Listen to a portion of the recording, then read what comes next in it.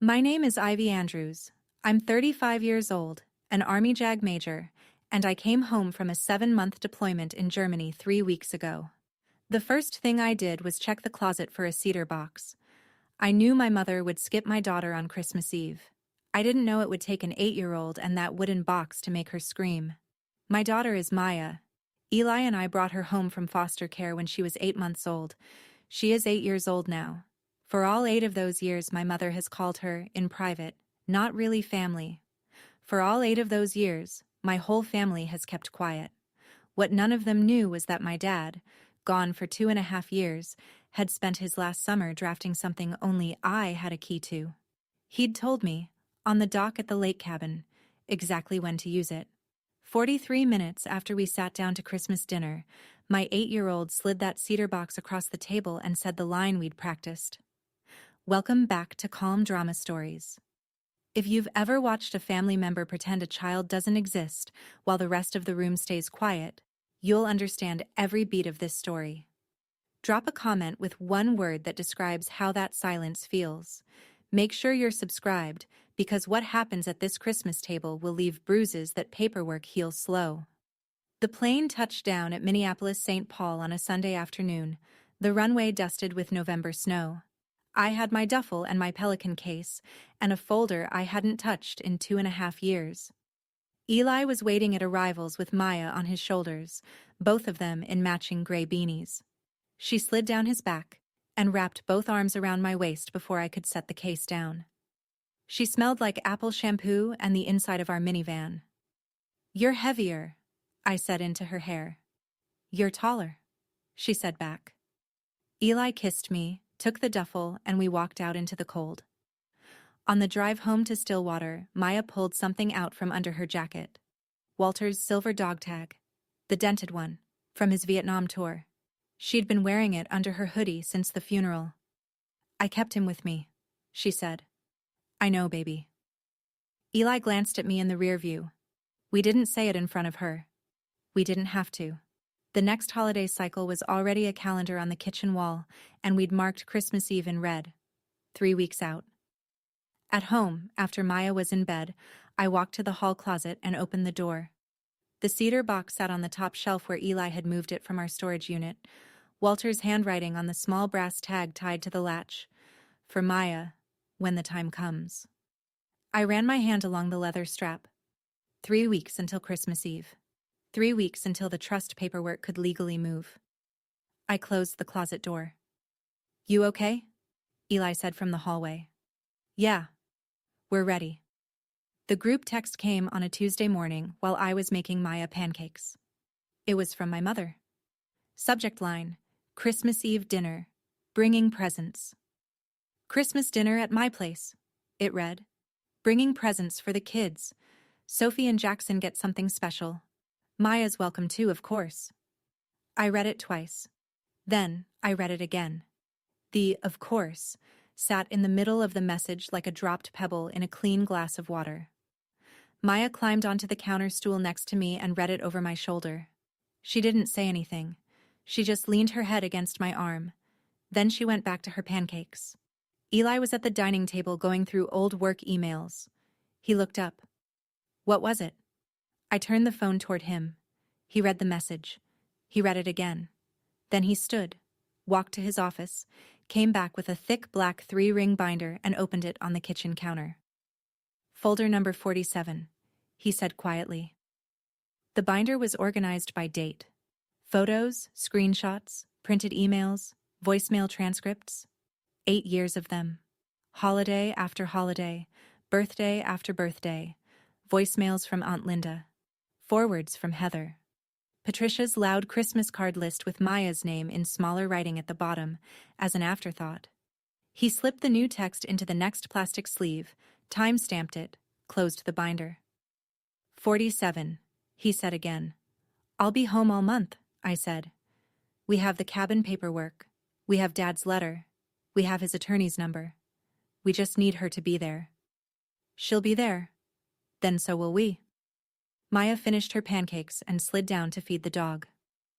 After Maya went to school, Eli and I sat at the kitchen table with the binder open between us.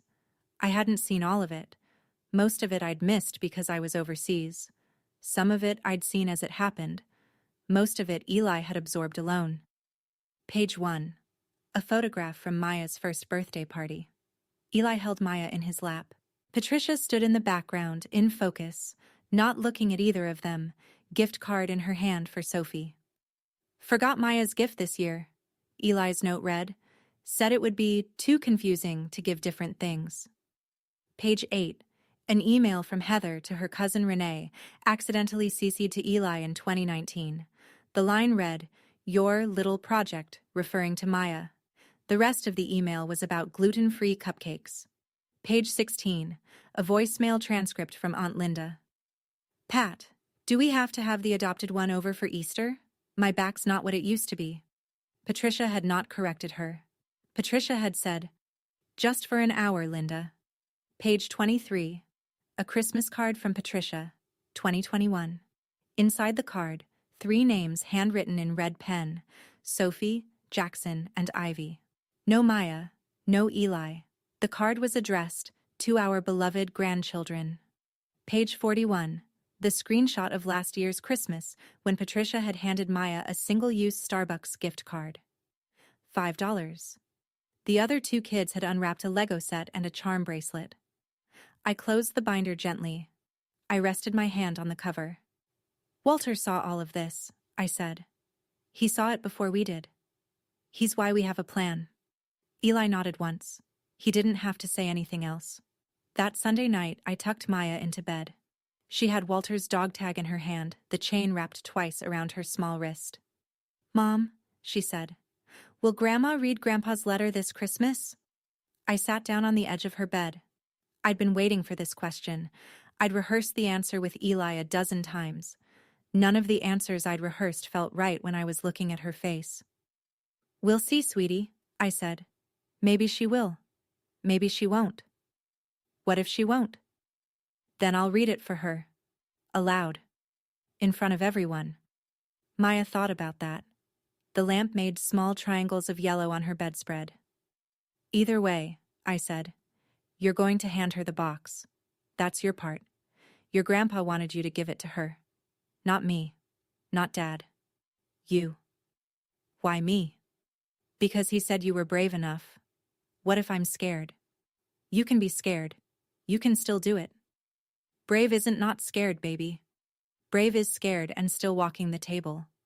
She looked at her dog tag. She turned it over so the dented edge faced up. "Grandpa was scared sometimes too, right?" "Plenty of times." "Okay," she said. I leaned down. I smoothed the hair off her forehead. I said the line I'd said to her every night since she was 3 years old. "I see you, Maya. Grandpa saw you too." She smiled the small, careful smile she'd had since she was a toddler. She closed her hand around the dog tag. She turned over to face the wall. I turned out the lamp. I stood in the doorway a long time before I went downstairs. Christmas Eve morning, the snow started before sunrise. By 8 o'clock, the driveway needed shoveling, and the world outside our window looked the way Christmas mornings are supposed to look on a postcard, which is to say nothing like the inside of my mother's house. I laid out my dress uniform on the bed. Service blues, ribbons polished, name tape on the right side, Andrews.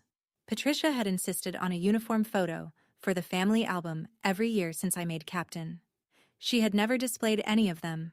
I didn't ask her to anymore. I wore the uniform anyway, because Walter had liked it, and because today, the uniform was going to matter. In the mirror, I tucked Walter's silver dog tag inside the collar. The dented edge sat warm against my skin. I closed the second button over it. Maya came in wearing the red velvet dress Eli had made her, with white tights and the small black Mary Janes. Her hair was in 2 French braids. She had Walter's old watch on her left wrist, set to the wrong time on purpose, because she liked it that way. "You look like Mom from a Christmas movie," she said. "You look like you," I said. Eli stood in the doorway, suit and tie, a quiet smile. "Cedar box?" "Already in the car, under Maya's seat." He nodded. He kissed Maya's forehead. He kissed mine. "Drive in," he said. "Eat dinner. Stay calm." Maya hands her the box when dessert's on the table. We leave when we leave. Copy that. Maya, who had grown up around Army cadence, gave us both a small salute. Then she walked downstairs to put her coat on by herself. Stillwater in December looks like a town someone built on purpose for Hallmark cards. Brick storefronts, white lights wrapped around the lampposts, the river frozen at the edges. My mother's house was on a side street 4 blocks up from Maine, a 2-story Victorian with a wraparound porch she'd repainted 3 times since Walter died, each time a color Walter had hated. The driveway was full when we pulled in. Heather's SUV, David's pickup, Aunt Linda's old Buick with the rosary still hanging from the mirror. The porch light was on. The wreath on the door was new. Fresh balsam, gold ribbon, a brass bell at the bottom that rang when the door opened. Eli parked behind Aunt Linda's Buick. I sat for a second in the passenger seat. Maya was in the back, holding the cedar box on her lap, both hands flat across the lid. We okay? Eli said. We're okay. We got out. Maya carried the cedar box like it was a covered dish, the way Walter had taught her. Eli held the door. The bell rang as we stepped inside. Patricia met us in the foyer. She hugged Heather first, even though Heather had already been there for 2 hours. She kissed Sophie's hair. She gave Jackson a pat on the head. She turned to me and gave me a tight half smile, the kind that doesn't reach the eyes. Ivy, you look thin. Hi, Mom. She looked past Maya, past her. Like Maya was a coat someone had hung on the wrong hook. Oh, she said. You brought her. Of course. Maya didn't flinch. She'd been here before. She set the cedar box down by her boots. Come in. We're already at the cookies. The kitchen smelled like butter and clove and the Christmas pavlova my mother makes every year because Aunt Linda once complimented it in 1996. Sophie and Jackson were already at the counter with cookies. Patricia had set out 3 small plates with their names. There was no plate for Maya. Eli quietly took a 4th plate down from the cabinet and set it next to mine. He put 2 cookies on it. He nodded at Maya. She climbed up onto the stool between us. I leaned in the doorway and pretended to look at the ornaments on the kitchen window. From there, I could hear Patricia and Aunt Linda by the stove. Pat, Aunt Linda was saying, low, you don't have to make a fuss for Maya. She's not really family, Pat. You said it best. Patricia laughed once, soft. Linda. Well, you said it. I'm only quoting. Heather walked past with a casserole dish. She didn't react. She must have heard. The kitchen is the size of a hallway. Eli's jaw set. He didn't turn. He didn't say anything. He picked up the cookie plate and walked back to Maya with it. I felt my chest go very quiet, the way it goes before a deposition. I'd heard versions of this line for 8 years, through screenshots, through Eli's binder, through Maya's awkward birthday parties. I had never heard it from Linda's mouth, in real time, with my daughter 12 feet away. Maya was watching the snow through the window. She had heard. I could tell from the small set of her jaw. She didn't say anything. She bit her gingerbread cookie at the edge first. She always ate the edges first. Walter had taught her. I waited. We had a plan. Patricia called us to dinner at 6:30. The dining room had been laid out the way Walter used to lay it out, before he died. Before Patricia had repainted it. Green and gold table runner, 12 places, candles burning in the holders Walter had turned on his lathe in 1987. Patricia had seated Sophie on her right and Jackson on her left, Aunt Linda on Sophie's other side, Heather and David across from them. There were 2 empty chairs at the far end, near the wall, and 1 folding chair at the kids' card table in the corner, where my mother had set out a paper Santa plate and a juice box. Maya looked at the card table. Then she looked at me. Eli was already moving. He picked up the folding chair from the corner, walked it across the room, set it down between his place and mine. He picked up the paper plate and the juice box and walked them over too, set them at the new place. He nudged the chair in for Maya. He held her elbow gently. Maya sits with us, Pat, he said. His voice was warm, professional, the way he talks to permitting clerks. Always has. Patricia's lips pinched. Aunt Linda's eyebrows went up. Heather stared at her wine. Patricia opened her mouth. Then she closed it. Then she said, brightly, "Of course. More room for the pavlova. Heather, dear, the rolls?" Maya sat down between us. Eli unfolded her napkin onto her lap. The cedar box went under her chair. Her boots touched the leather strap. She didn't look up. She picked up her water glass with both hands. The candles burned steady. The fire in the wood stove crackled. Dinner began. Dinner went the way it always went. Aunt Linda told the same story about the 1987 ice storm. David asked David questions about the playoffs. Heather asked me 3 polite questions about Germany, none of them about Maya. Patricia complimented her own brisket twice. Maya ate. She didn't speak unless she was asked. She drank her water in small sips. She kept one foot on the cedar box under her chair, the way I'd taught her, so she could feel it the whole time. After the dishes were cleared but before the dessert came out, Patricia announced, "Time for presents." She had wrapped them herself, in matching gold paper with red ribbon. There were 2 big ones under the tree and 1 small flat one on the side table. She brought the big ones first. She handed Sophie a flat rectangle, 2 pounds, the unmistakable weight of a tablet. "For my smart girl. Open it." Sophie tore through the paper. iPad Pro. The new one. $1,200 retail. Sophie made the sound 10-year-olds make. She held it over her head. David clapped twice. Patricia handed Jackson a square box. "And for my little engineer." Jackson opened it. Nintendo Switch OLED. He yelled. Sophie yelled. Heather laughed. Patricia walked back to the side table. She picked up the small flat envelope. She walked over to where Maya was sitting between Eli and me. She handed Maya the envelope with 2 hands, like a small ceremony. "Here you go, sweetheart. Merry Christmas." Maya opened it. A drugstore Christmas card. A printed snowman. No money inside. No note. Just the card. Sophie looked up from her iPad. "Mom, where's Maya's iPad?" Patricia quickly. "Sophie, hush. We have rules." The rules were never written down. The rules had never been explained to anyone except the 4 adults in the room who had nodded along to them since 2017. Patricia walked back to the tree. She came back with a small velvet ring box. She knelt beside Sophie's chair.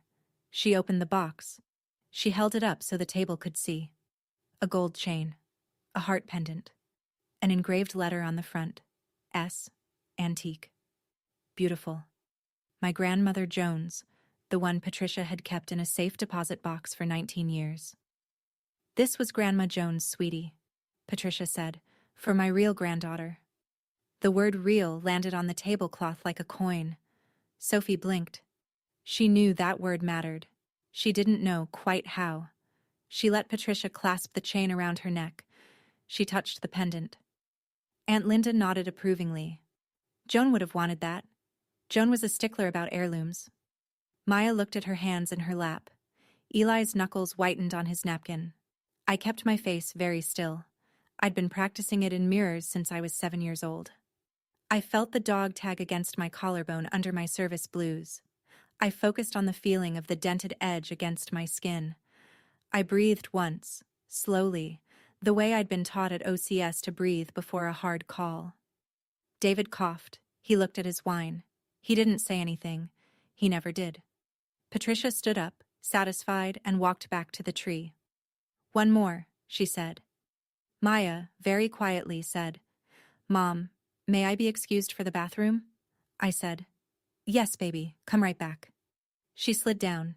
She left the cedar box under the chair. While Maya was in the bathroom, Patricia produced the last present. A small white envelope. She handed it to Jackson. "For your savings, my smart little man," she said. "From Grandma and from Aunt Linda." Jackson opened it. 5 $100 bills, crisp. From the bank that morning. Jackson said, "Whoa." He looked at the money. He looked at his mother. Heather smiled big. "Say thank you, Jack." "Thank you, Grandma." "Thank you, Aunt Linda." Aunt Linda laughed. "Don't spend it all on candy."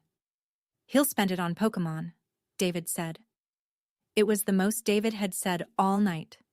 The fire in the wood stove popped. A log shifted. The room smelled like cedar smoke and burned brown sugar from the kitchen. Heather poured herself another glass of wine. Patricia poured herself one too. They clinked once. "Blood comes first," Aunt Linda said. "To no one in particular. To everyone in particular. That's just how it is." Maya came back from the bathroom then. She walked quietly. She climbed back into her chair between Eli and me. She put her hand on her lap. She looked at the cookies on her plate. Patricia did not hand her another envelope. Eli reached under the table and squeezed my knee once. "Steady. Long. Don't move yet. Don't react. Not yet." I did not react. I picked up my water glass. I drank from it. I set it down. I cut a piece of brisket I was not going to eat. I moved it around my plate. Maya looked at me. She looked at Eli. She looked at the cedar box under her chair. Then she looked at the dessert that wasn't on the table yet. "Mom," she said softly, "is it almost time?" I said, "Soon." Sophie was still touching her gold pendant. She kept turning the S over with her thumb. She was a thoughtful kid. I had always liked Sophie. Sophie didn't know any of the rules either, which was part of why I had always liked Sophie. "Mom," she said, "Maya didn't get one. Why didn't Maya get one?" Heather, fast. "Sophie, eat your pie." "But she's our cousin." "She's adopted, Sophie. Eat your pie." The word adopted came out of Heather's mouth like a swear word, like a small grease stain on a clean tablecloth. Like she was passing along a fact about a stranger. I watched Maya. Maya did not look up. Maya looked at the candle in front of her. The flame leaned a little to the left, then to the right, then steadied. David coughed again. He drank from his beer. He did not look at his wife. Patricia closed her eyes for a moment. Just a moment. I caught it. She opened them again and lifted her wine glass to her lips. Sophie did not eat her pie. She put her fork down. "That's not what cousins are," Sophie said. Heather said, "Sophie, we are not having this conversation right now." "What conversation?" "Sophie." Sophie turned to look at Maya. "I'm sorry, Maya." Maya looked up. She smiled the small, careful smile. "It's okay, Sophie." "It's not okay," Sophie said. She set it to her plate. The room got very still. I felt Eli's hand on my knee tighten once. Hold. We were almost there. The dessert was about to come out. 3 more minutes. I picked up my water glass again. I sipped. I looked at my daughter. She was ready. While Heather was scolding Sophie and Patricia was pretending not to hear, my mind went where it always went at moments like these. To the dock at the lake cabin. Summer of 2023. The last summer my father was alive, although none of us knew it then. Walter knew it. Walter knew it before any of us. It had been a Tuesday in late July. Eli and Maya were in the cabin making blueberry pancakes. I was on the dock with my dad. He was in his blue work shirt with the sleeves rolled past his elbows. His forearms were sunburned the way only carpenters' forearms get sunburned. He handed me a manila folder. The folder had a small label in his handwriting. Hollins Family Trust, irrevocable. "What's this, Dad?" "That's a private trust. I had George Whelan draft it. He's an estate attorney out of Duluth. Your mother doesn't know him. He's mine." "Dad?" "Why?" He looked at the lake. He let his fishing line out a little. He squinted at the dock pylons. "Ivy, I'm not going to make many more summers. My heart is failing. The doctor said congestive. I haven't told your mother. I'm not going to. She'd make it about her." "Dad. Don't. Listen. I see what your mother does to Maya. I have eyes. I have 8 years of eyes. The day you brought Maya home, your mother said in this kitchen, and I heard her, that Maya wasn't her real grandchild. I never forgot it. I have never forgotten anything she has said about that little girl." I held the folder in my lap. I did not open it. "The lake cabin is in the trust now. The trust beneficiary is Maya Rose Andrews. There's a separate account at Park State Bank. About $80,000 in savings bonds, plus the proceeds from selling my shop tools. It vests when Maya turns 8. Dad. Ivy, listen. She is my granddaughter. In every sense that matters. I will not have her left empty-handed by your mother. That is not happening. Not on my watch, and not after my watch.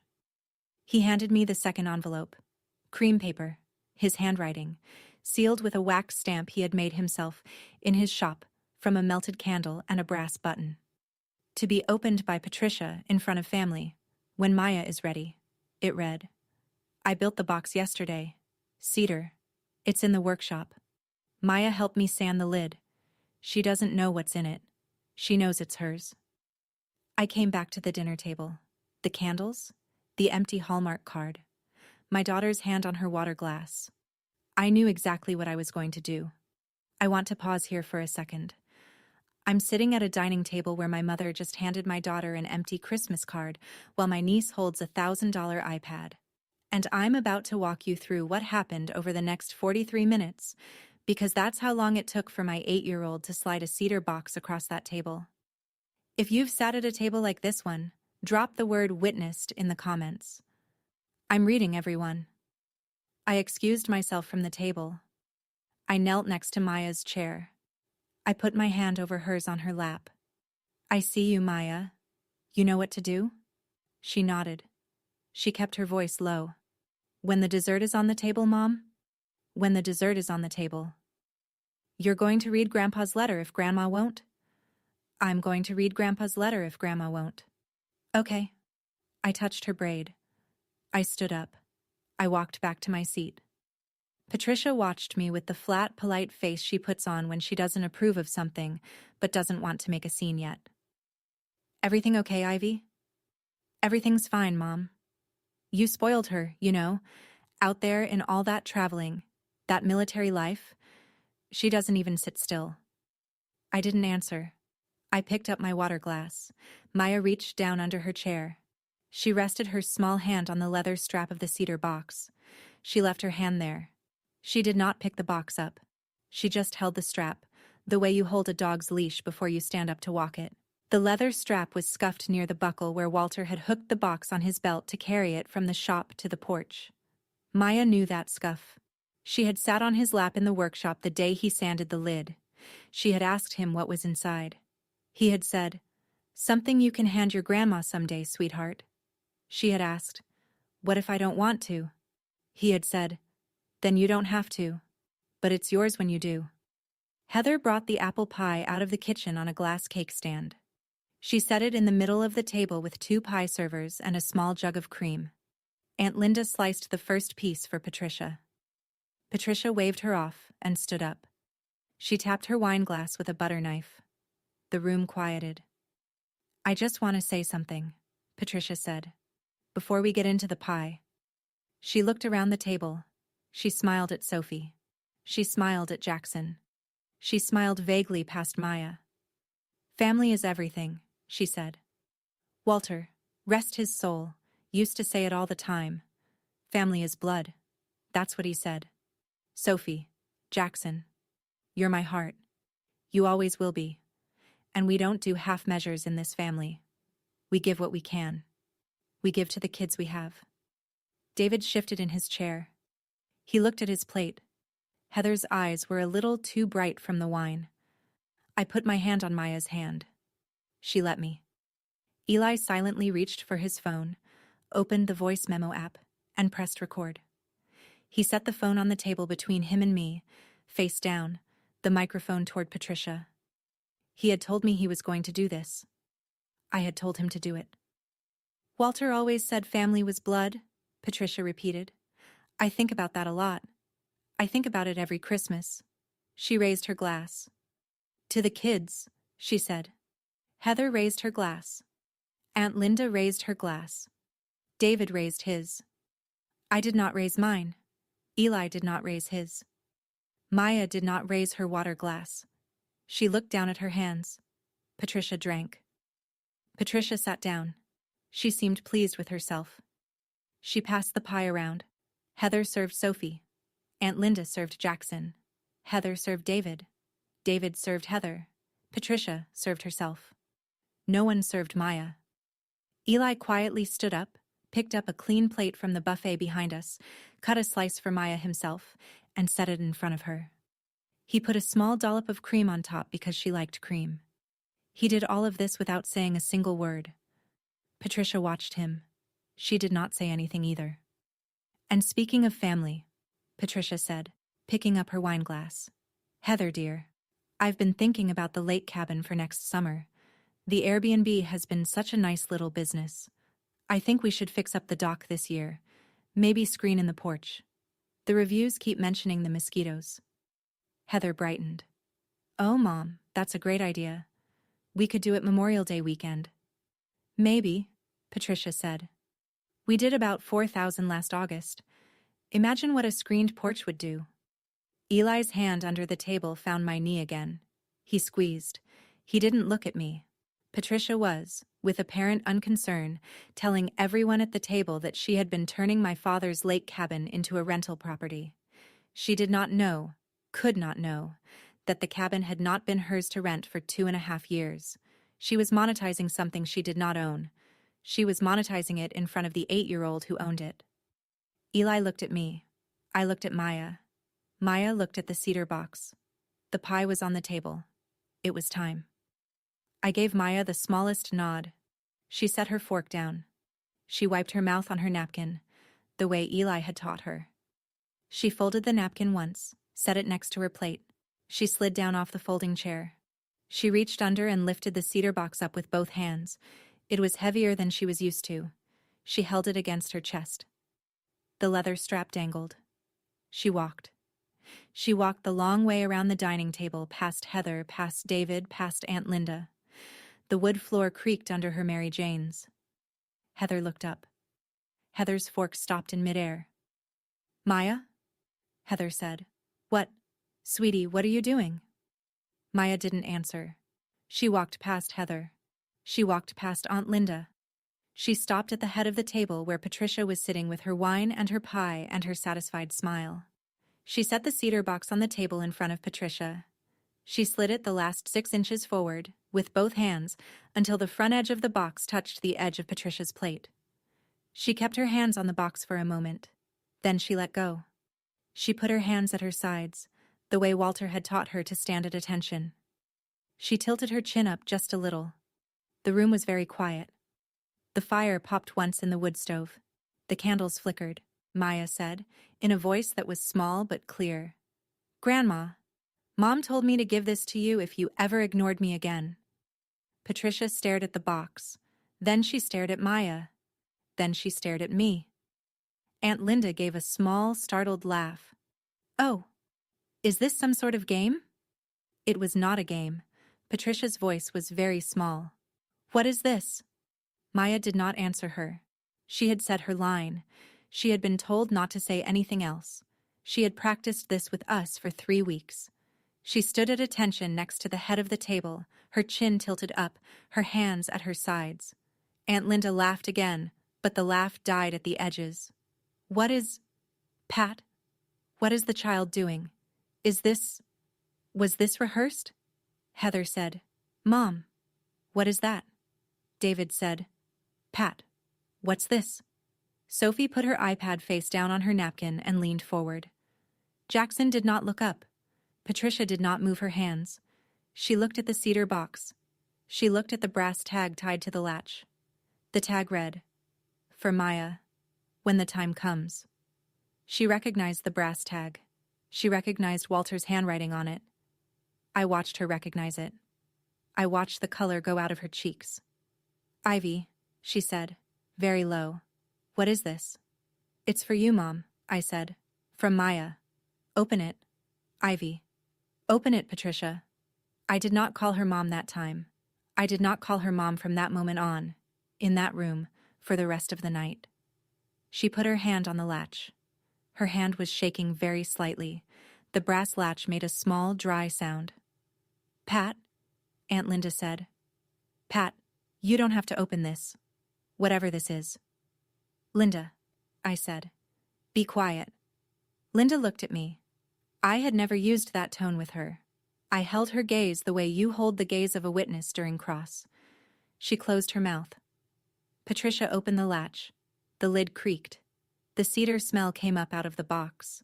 Walter had varnished it 3 times with the linseed oil he kept in his workshop, and the smell was unmistakable, and Patricia recognized it.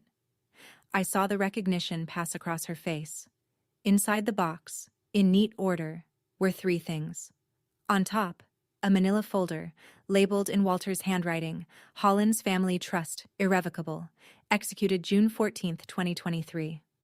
Under that, a second manila folder, labeled Beneficiary, Maya Rose Andrews. Under that, a sealed cream envelope with a small wax seal Walter had made himself from a brass button, and on top of everything, propped against the inside of the lid, a 4x6 photograph. Walter, sunburned, in the blue work shirt with the sleeves rolled up. He was sitting on the dock at the lake cabin. Maya was 2 years old. She was sitting on his lap. They were both grinning. Maya had her hand on his beard. Patricia saw the photograph first. She made a small sound. Not a word. A small breath in. She reached for the photograph and stopped. She did not pick it up. Her hand hovered over it. "Walter," she said, like a question. "Yes," I said. She looked at me. For a moment her face was not angry. For a moment her face was something else. Bewildered maybe. Recognizing maybe.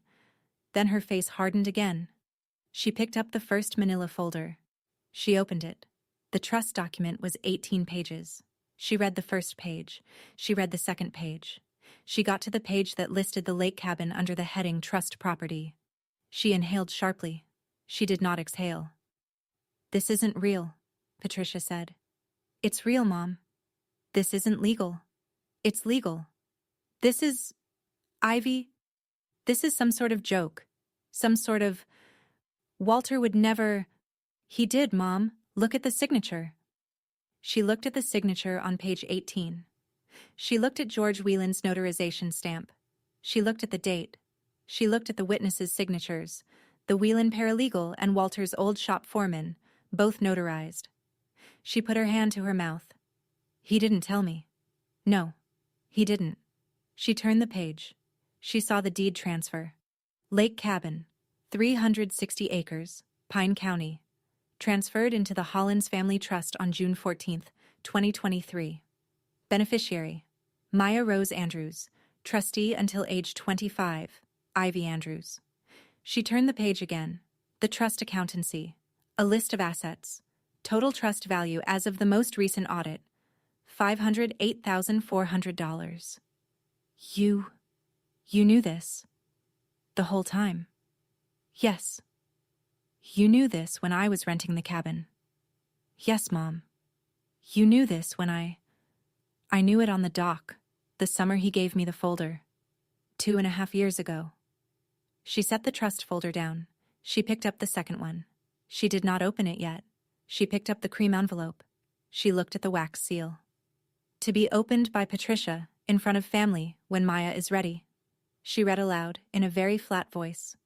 Aunt Linda whispered, "Pat, don't." Patricia looked at her sister. Then she looked at the envelope. Then she looked at me. Her hands were shaking now. She broke the wax seal. She unfolded the letter. Walter's handwriting filled the entire page front and back. Patricia read silently. Her lips moved a little. Her eyes moved down the page. Her face went white. Not pale. White. She closed the letter. She put it back in the envelope. She set the envelope on the table. "I can't read this aloud," she said. "Read it, Mom. Ivy. Read it. Aloud. To the family. Ivy. Please. Read it, Mom. He wrote it for you to read aloud." Patricia was crying now. Not the showy crying she did at funerals. Quiet, narrow, ashamed crying. She put her hand over her eyes. I stood up. I walked around the table. I stopped at her shoulder. I took the envelope gently from her hand. I did not look at her face. I unfolded my father's letter. I looked at his handwriting. The looped Y. The slant. The narrow T. I had not read this letter before. He had told me what was in it. He had not let me read it. I read it in my JAG officer voice. Even. Measured. The voice I used for court memos. "Patricia, I am writing this in July of 2023, the summer I learned my heart is failing. I have known for 40 years that you measure people by the wrong yardstick. You measure them by blood, by name, by whether they listened to your mother in 1968. You do not measure them by what they do, who they love, how they show up. I have forgiven you many things across 40 years of marriage. I have forgiven you for the way you treated our daughter Ivy when she enlisted. I have forgiven you for the way you treated your sister Linda's first husband. I have forgiven you for the way you treated my mother. I paused. The room was completely silent. I kept reading. I cannot forgive you for our granddaughter Maya. I kept my voice steady. I had read worse things aloud in worse rooms. From the day Ivy and Eli carried her into our house, you decided she was not yours. I watched you decide it. I watched you decide it in our kitchen, with your back to me, when you thought I couldn't hear. You said, "She's not really family." I never forgot it. I have never forgotten anything you have said about that little girl. Aunt Linda put a hand over her mouth. You skipped her at her first birthday. You skipped her at her christening. You sent Sophie a savings bond and Maya a coloring book. You told my sister-in-law Doreen, at a barbecue in 2019, that you were tolerating her. I heard you. I was on the other side of the fence with the dogs. David lowered his beer. I am writing this, I read, because I do not think you are going to change. I have spent 2 years hoping. I have spent 2 years showing you photographs of her on my phone, hoping. I do not believe my hope will outlive me. So I have done what I should have done in 2017. I have put the lake cabin into a trust for Maya. I have put my retirement bonds into the trust for Maya.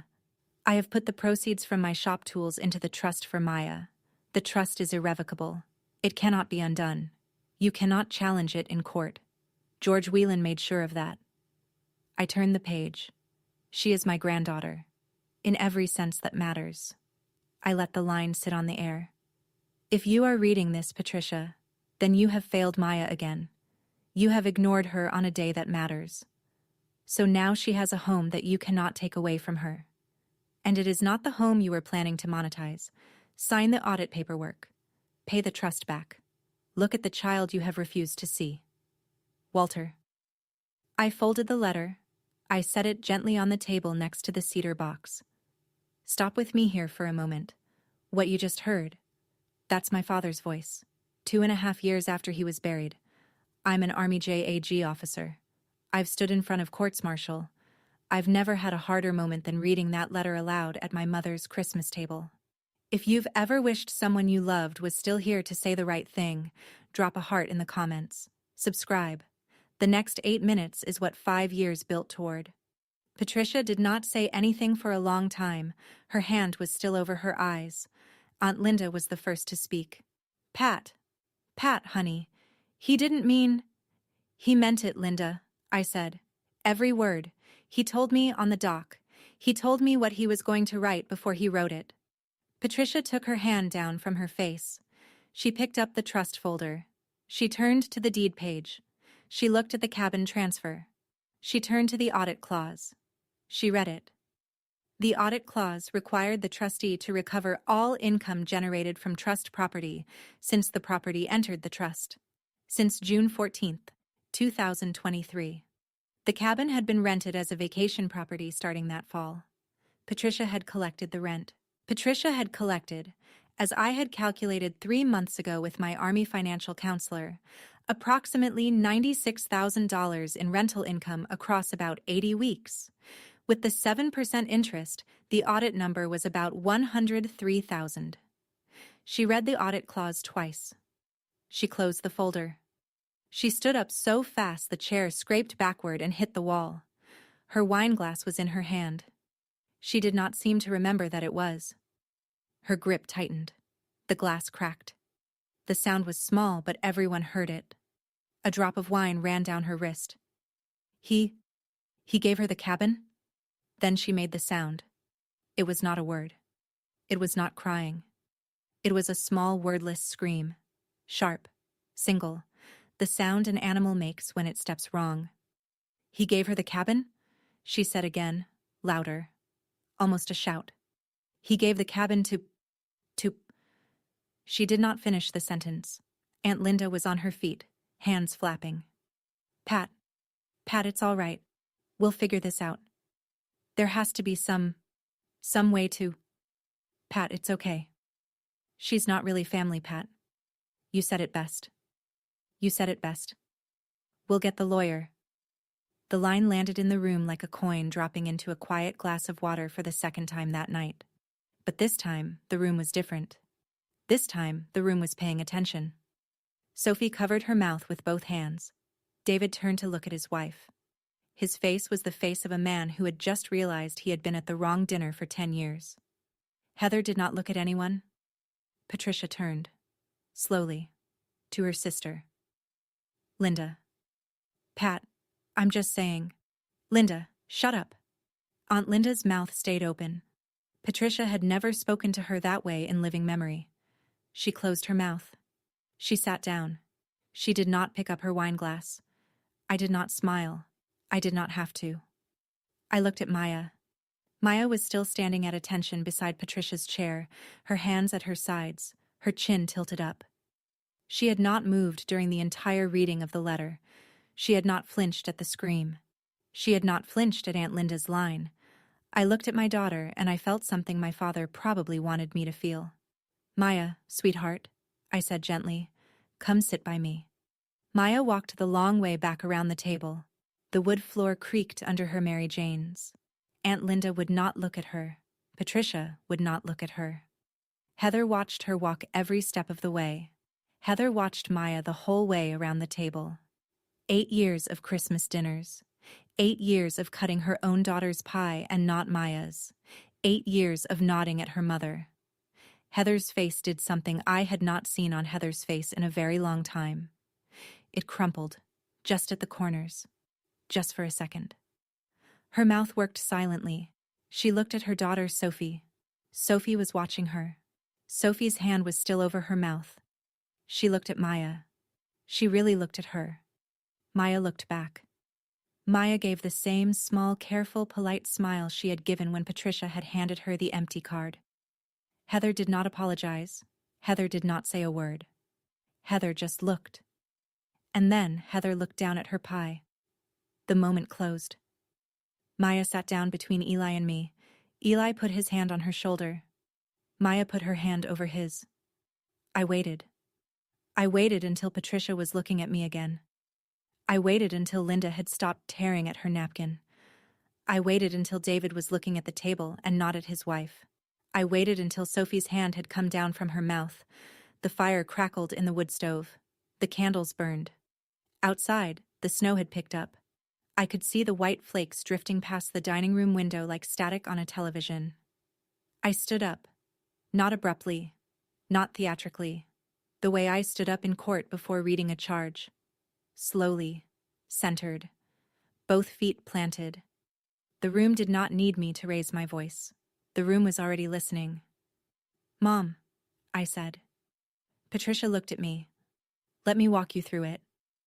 I kept my voice in the cadence I had been taught to use at OCS. Even. Measured. 1 sentence per breath. No emphasis. No theatrics.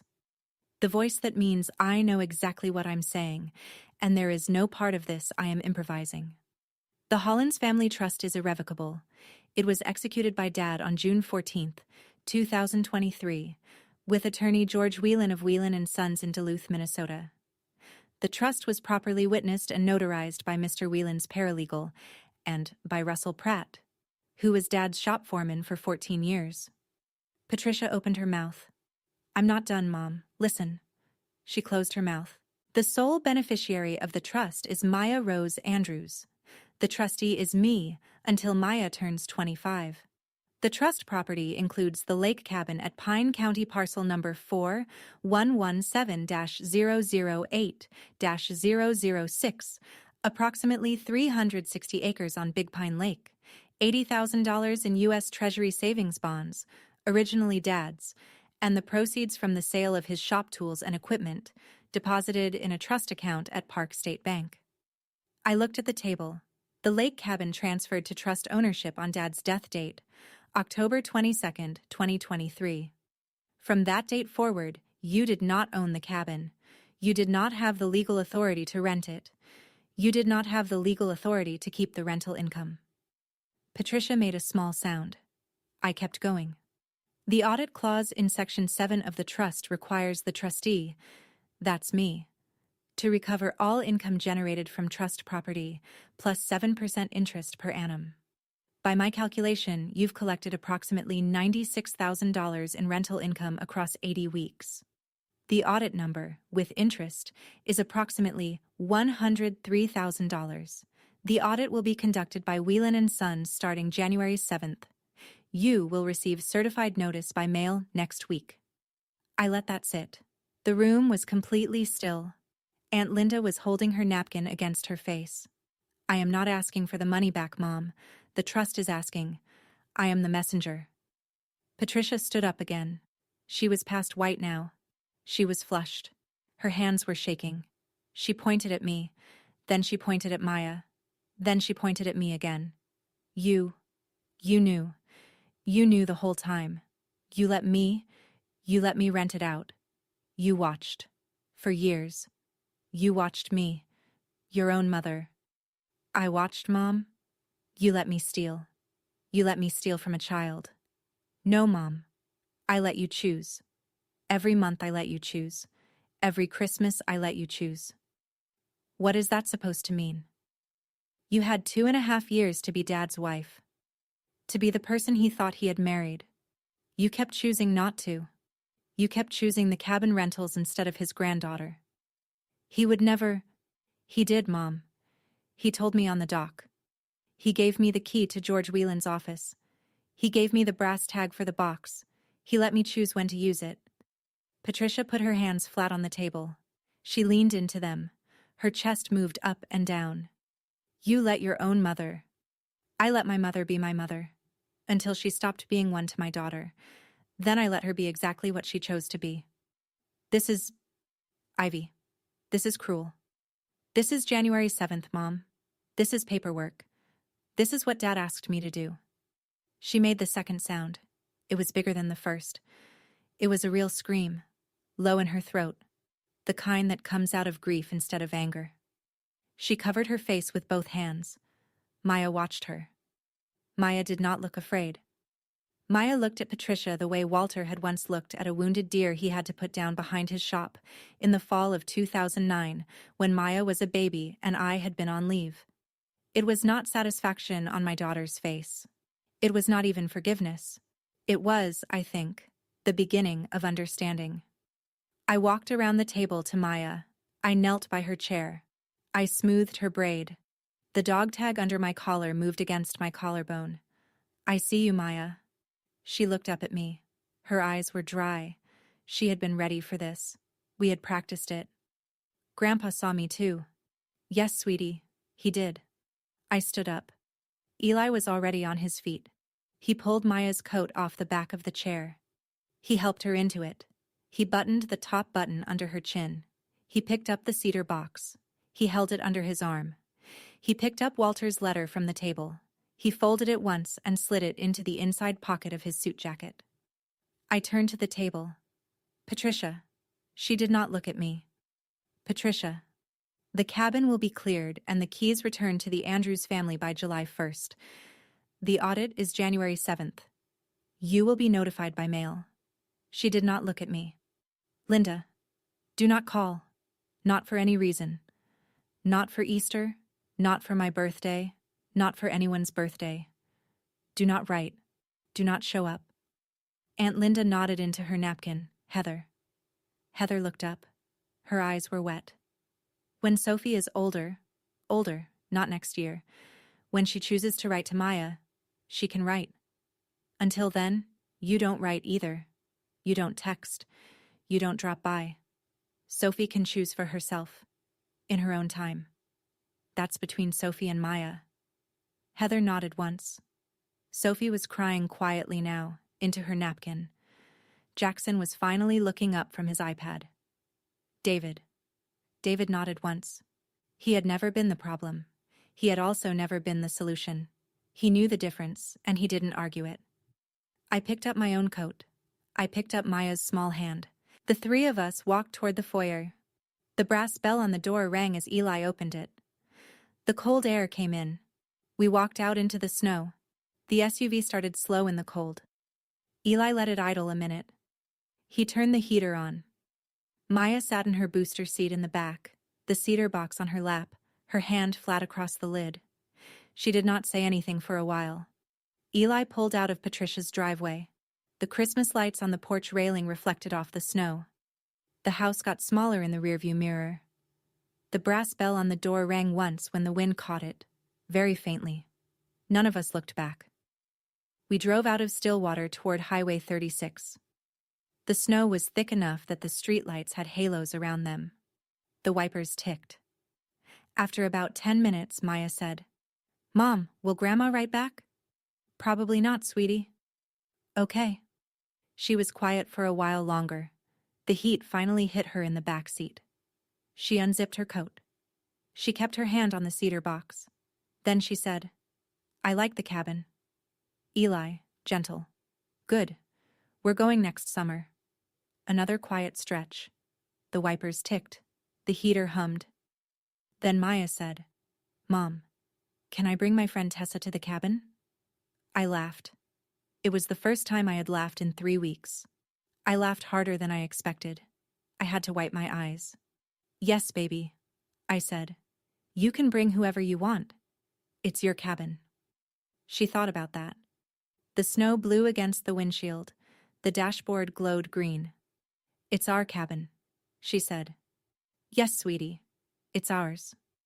She put her cheek against the cedar box. She closed her eyes. By the time we hit the highway, she was asleep with her hand still flat against the lid. Eli reached over and took my hand. We did not say anything for the rest of the drive home. March came hard that year, with 2 snowstorms a week apart. The audit was settled by the middle of the month. Patricia paid the trust $103,200.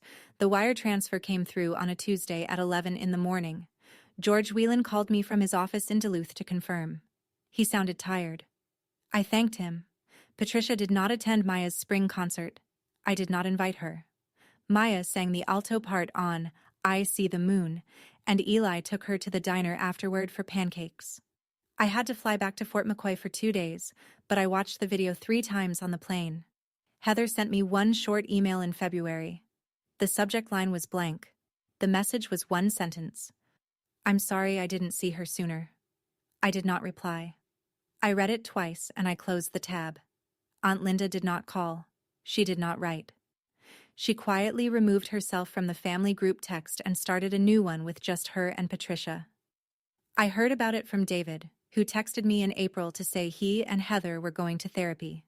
He thanked me for what I had done at Christmas. I told him to thank Maya. Sophie sent Maya a handmade Easter card in April. Pink construction paper. A drawing of 2 girls holding hands. A note inside. "I miss you. Mom says I can write you when I want. Love, Sophie." Maya wrote back. She let me read it before she sealed it. The letter was short and it was kind. She signed it with a small heart. The cedar box lives on our mantelpiece now. The varnish has darkened a little with age. Walter's silver dog tag rests on top of it, the dented edge facing up, the chain coiled the way Maya likes it. Maya is 9 now. The cabin opens in May. She has invited Tessa, Sophie, and her best friend Andre from down the block. Eli is sanding the dock on weekends. I made captain selection for promotion to lieutenant colonel last month. My next station is the Pentagon. We will keep the house in Stillwater. Maya wants to keep the house in Stillwater. I learned one thing from my father after he was gone, that I am not sure I would have learned any other way. Family isn't a line you draw with blood. It's a chair you set at the table, every single time, even when other people pretend the chair isn't there. That's my story. A cedar box, a dad who saw clearly, and an 8-year-old who knew what to do. If this story reminded you to set the chair, set it tonight. If you know someone who needed to hear this, share it. Drop a comment, subscribe, and I'll see you in the next one.